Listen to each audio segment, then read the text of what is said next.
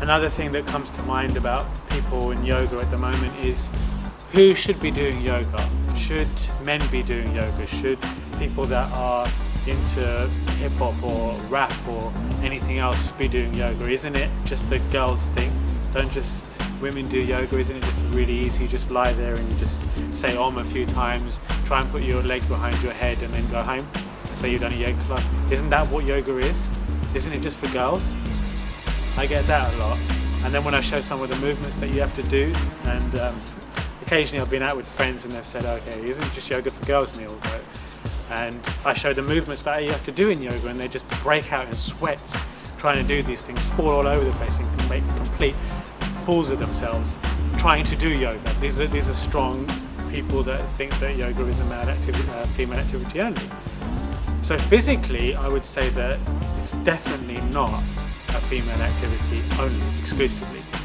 In fact, in India, I would say the universities of yoga that I've been to in ashrams, it's 80 to 85% male who practice the physical aspect of yoga, because not that women can't do it at all, but because of the level of kind of strength or power that's needed. And if you see women that practice yoga in this country, in America, you see how well defined they become from doing it. It just shows that the natural form of yoga is actually very, very physically strong, and you need a certain amount of tone and leanness, and you need to look after your health and your abdomen and your weight and all these things to a certain degree very well. So it's a very athletic thing to do to a very high level.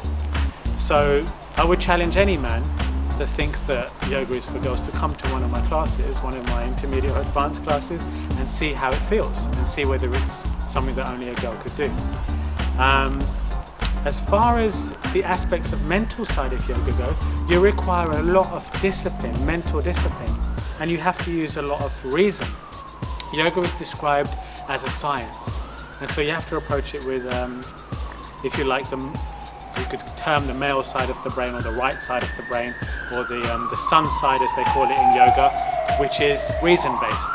So again, a male who comes to yoga would I'd be asking to use things like concentration, discipline, willpower, focus, attention, coordination, balance, strength, stamina. All of these things could never be considered strictly female. Neither they could be considered strictly male. So in those terms, I would forget about that notion to begin with. Secondly, people say to me the thing about hippies and the airy-fairy side of yoga, flower power and wearing sandals and eating muesli, or eating sandals and wearing muesli, whatever it is. It's nothing to do with that. In the 60s, when yoga first came to the UK, although it did come a few years earlier as well, it was that whole peace and love generation. Yoga is about peace and it is about love as well, but it's also about strength and power. It's also about control and discipline. So although those parts are involved, you can wear your Nikes to the class as long as you take them off. You can wear whatever you want to wear. You don't have to be not eating meat. You don't have to be not drinking. You don't have to be not smoking. You can swear when you get out of the class. You can do what you like. Change is a gradual process. You can't be perfect before you come to a yoga class, otherwise you probably wouldn't need it.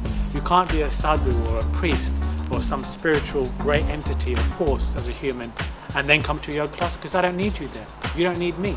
I want people that can come from any level, feel that they can do whatever they want afterwards, and let themselves change and be affected by yoga gradually and slowly. Life is not white and black, it's grey. 99% of everything that you're doing is in a grey area.